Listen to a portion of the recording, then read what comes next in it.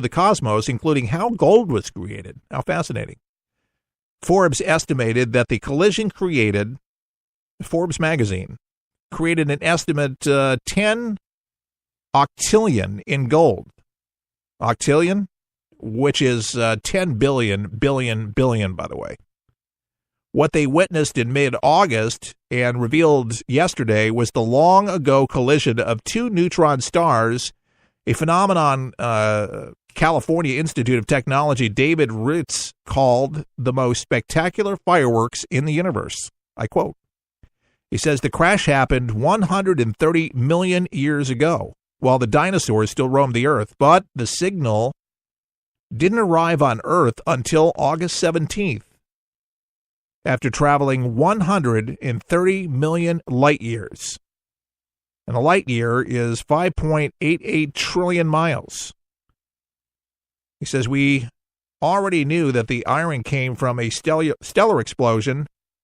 The calcium in your bones came from stars. And now we know the gold in your wedding ring came from merging neutron stars, said University of California, Santa Cruz, Ryan Foley. Measurements of the light and other energy emitting from the crash have helped scientists explain how planet-killing gamma ray bursts are born and how fast the universe is expanding and where heavy elements like platinum and gold came from.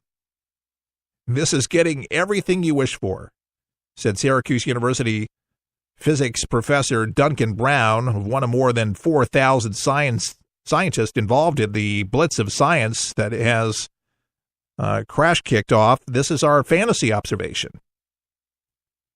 So there you go, folks. Took that long to tell us, but the universe is constantly speaking out in radio waves. Very interesting. And they tell us that broadcasts like this one you're listening to actually goes to outer space. The waves actually go out of our atmosphere and then into outer space. So how many hundreds of For the People broadcasts are into outer space, but how long will it take to get to another world? Apparently very long, and to get outside of just, let alone, the Milky Way. But it is constantly growing, constantly expanding. And interesting how we're learning more stuff each and every day and where we came from.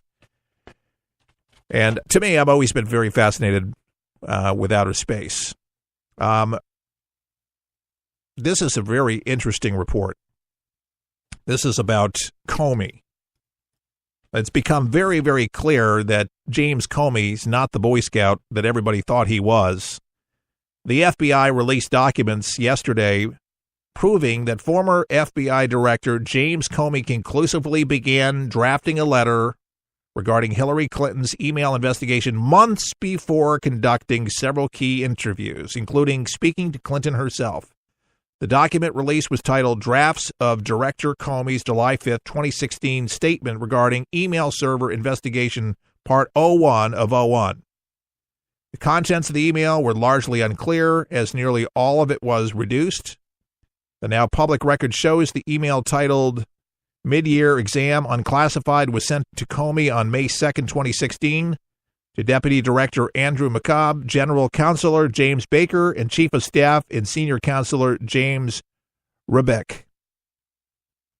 And then on May 16th, the document showed a response from Rebeck saying, please send me any comments on this statement so we may roll into a master doc for discussion with the director at future dates. Thanks, Jim.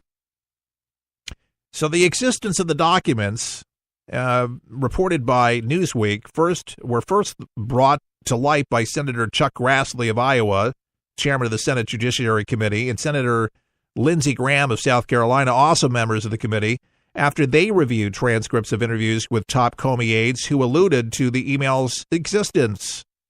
The Senate Judiciary Committee is investigating Comey and his role as FBI director and President Trump's decision to fire him in May.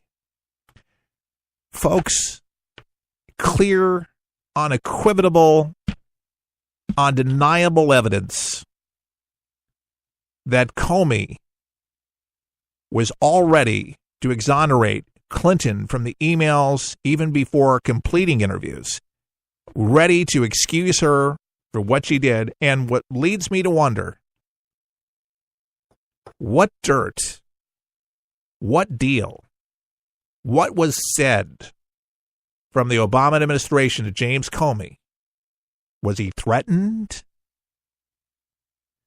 It's not the first time that's happened, folks, in Washington. But it does make you wonder.